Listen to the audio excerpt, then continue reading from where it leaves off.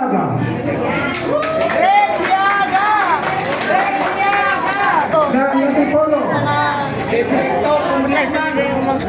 hindi naman po tayo naging congressman dahil nakalaban natin mali-maleta. Tama! At alam ko naman po na nasaksihan nyo ang laban natin sa Antipolo. Una, pagpupugay sa lahat ng miyembro at opisyales ng Masada. Palapakan natin. Vincent, at sa ating mga opisyales, ako po ay nagpapasalamat na nandito tayong lahat at damang-dama natin yung ating pagkakaisa. At palakpakan natin, siyempre, ang susunod na presidente ng bansang Pilipinas, walang iba, kundi ang ating presidente, Bibi Sara Duterte! Ngayon na! Alam nyo, ang dami ngayong atake na ginagawa sa Kongreso. Sana forever no! Sinulong nila na yung peke, na pirma, na kung saan majority. Alam naman natin na yan ay hocus-pocus. At matagal na nilang ginawa. Ngayon lang, kunwari, pinalalabas. Pero ito ang totoo. Hindi ma-impeach si Sara. Si Bibi Sara. Walang kakayanan ang administrasyon na ito para i-impeach ang ating magiging Pangulo. Tama ba? Tama! Tama! Kasi ito ay galawan nila na kung saan ay wala ng pag-asa. Disparate move ang ginagawa ngayon ng kasalukuyang pamahalaan ng administrasyon na kung saan nakita natin desperado. Lahat bayan! Tama ba? Tama! Tama! Lahat bayan! Lahat ng bote nila yan, nakatanggap na yan ng mali-malitang pera. Kaya paano pa tayo maniniwala sa ganitong uri ng pamamaraan o proseso ng sinasabi nilang impeachment? No. Tayong mga Duterte, tayong mga Sara All, tayong mga may dugo ng ating Pangulong Digong, hindi tayo magpapakatanga sa kanilang pamamaraan. Tama! Palapakan natin! Palakpakan! Alam ko, may mga nanonood na mga national ngayon. Talaga naman, alam natin, next year, yung pong kanilang ginagawa na impeachment na yan. Impeachment na yan. Eh, hindi naman talaga yan magmamaterialize. At yan ay hindi magkakatotoo. Hindi mangyayari. Dahil alam natin, nakakampi ni Bibi Sara ang buong mamamayang Pilipino! Yes! Tama ba? Tama! Walang mali! Ang ating Bibi Sara, of course, ang ating mahal na President Rodrigo Roa Duterte. Nakita ko yun dyan, ang ating kaibigan, ang kahit Steve Esteban, kahit Steve. Magandang tanghali, magandang hapon po. Nakaisa natin nung panahon ng ating Pangulo ay mayor pa lang, ang MRRD, nakasama natin, nandito sa Rizal, tayo ay sa mas bumilos, tumulong, sumuporta, at naniwala tayo.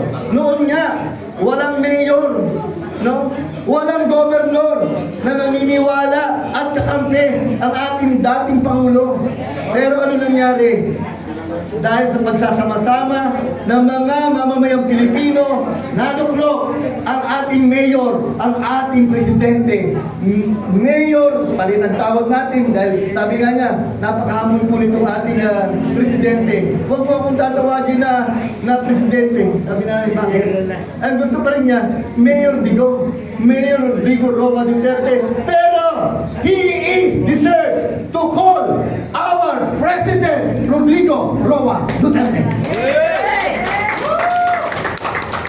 Kung panood niyo po nung nakaraan lamang bago mag-eleksyon, ako po ay nagsalita sa isang press conference na nangyari sa Antipolo doon bago mag-eleksyon ng Marso 14. Sinabi ko na hindi dapat dinala ang ating presidente doon sa dahig.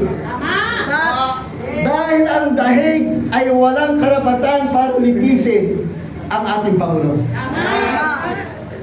Masama ba na ipinaglaban ng ating presidente ang kalayaan at ang programang ipinangako niya noong panahon siya ay nangangampay niya at noong panahon siya ay naglilingkod sa bansang Pilipinas. Kalimutan na yun. Nakita natin, laban sa kriminalidad, laban sa droga, laban sa korupsyon. Ano nangyari ngayon? Lahat ng ipinaglaban ng ating presidente ay nawala ng kabuluhan. Lantaran, talagmak ang sindikato ng korupsyon sa gobyerno. Tama? Tama! Lantaran, talagmak, wala na silang takot sa taong bayan. Dahil para sa kanila, ang taong bayan ay isa na lamang, yapak-yapakan. Wala na tayong karapatan dahil sila ang namumuno. Inangkin na nila ang mamumuno na kung saan ang taong bayan ang nagluklok. Sinamahan ng ating Pangulo ang administrasyon na ngayon dito. Tinulungan, itinaya ang sarili, ang kanyang pangalan, ang kanyang dignidad. Pero ano ginawa? Mga walang utang na loob. Bilang mga Pilipino, masakit para sa atin ito na dinala ang ating Pangulo doon sa lugar na hindi naman kinikilala ang ating bayan, ang ating pamahalaan. Ni ang ating konstitusyon hindi kinikilala. Bago dinala doon, isang pagpapatunay na hinostage, kinidnap ang ating Pangulo. Tama! Ngayon, natutuwa ako dahil marami at sama-sama tayo na nagkakaisa ang Masada, ang lahat ng Saraol, ang lahat ng Duterte Group, Organization, Parallel Alliance, and everything. Huwag nating bigyan ng pagkakataon ang administrasyon na ito na mamahala pa muli. Tundukan na, tama na ang kalibangan ng administrasyon na itong rehimente nito na kung saan puro pagnanakaw ang ginagawa sa gobyerno. Tama! Nakakainis ano? Pero hindi po ako galit. Ano? I will express my feeling. Ano? I will express yung dismayado natin. Kapagkat nakita natin kung paano pamahalaan paghusayin ng ating dating Pangulo ngayon. Ano nangyari? Nakakahiya ang Pilipinas! Nagagaling lang po namin sa Europe. No? Hindi lang tayo nabigyan ng pagkakataon na makapunta doon sa daig, doon sa high city.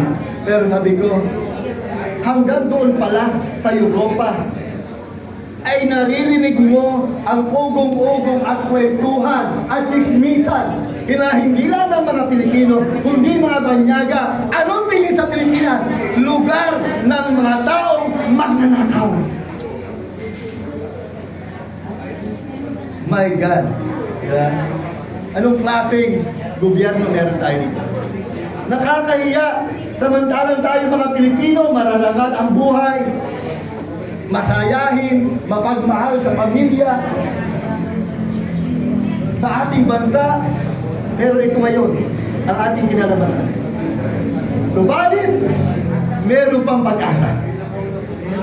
May pag-asa sa Pilipinas na lugmok dahil dito sa korupsyon, sa kriminalidad, at dahil bumalik na uli ang droga. Alam niyo po, ang Antipolo, ang Rizal, matindi na rin po ang drugs ngayon. No? Nung ako po'y nangangampanya doon sa mga barangay, lantaran. Diretso, lantaran. Kakamay ako, hindi makakamay dahil hawak yung shabu sa kaliwa. Sabi ko, okay lang yan. Wala naman ako magagawa eh. Di ba? Nandiyan na yan eh. So, harapin ko na lang. Pero iniisip ko, baka may pagtalim ito. No? Pero ganun pa man, tinatagan natin, tinapangan natin ang loob na ilaban ang ikalawang distrito ng Antipolo. Kaya lang, nandyan pa rin ang sindikato.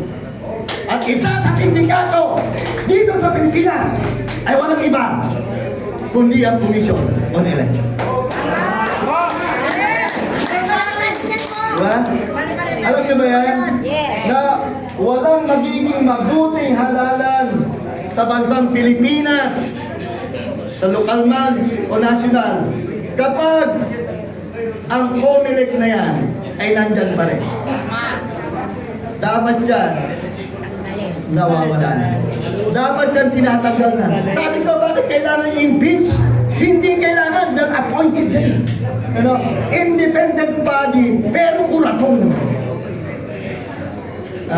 Wala nang magiging maayos na eleksyon sa Pilipinas. Kaya ang suggestion ko sa aking mga abogado ng ating mahal na magiging Pangulo, sabi ko nga, mag-file na sila ng complaint laban sa COMELEC, para ipatanggal yan. Muli, ang ating pasasalamat, sa lahat ng Masada, lahat ng alliance ng Duterte Group, at ilalatigit ang ating magiging Pangulo ng bansang Pilipinas. Walang iba kundi sino?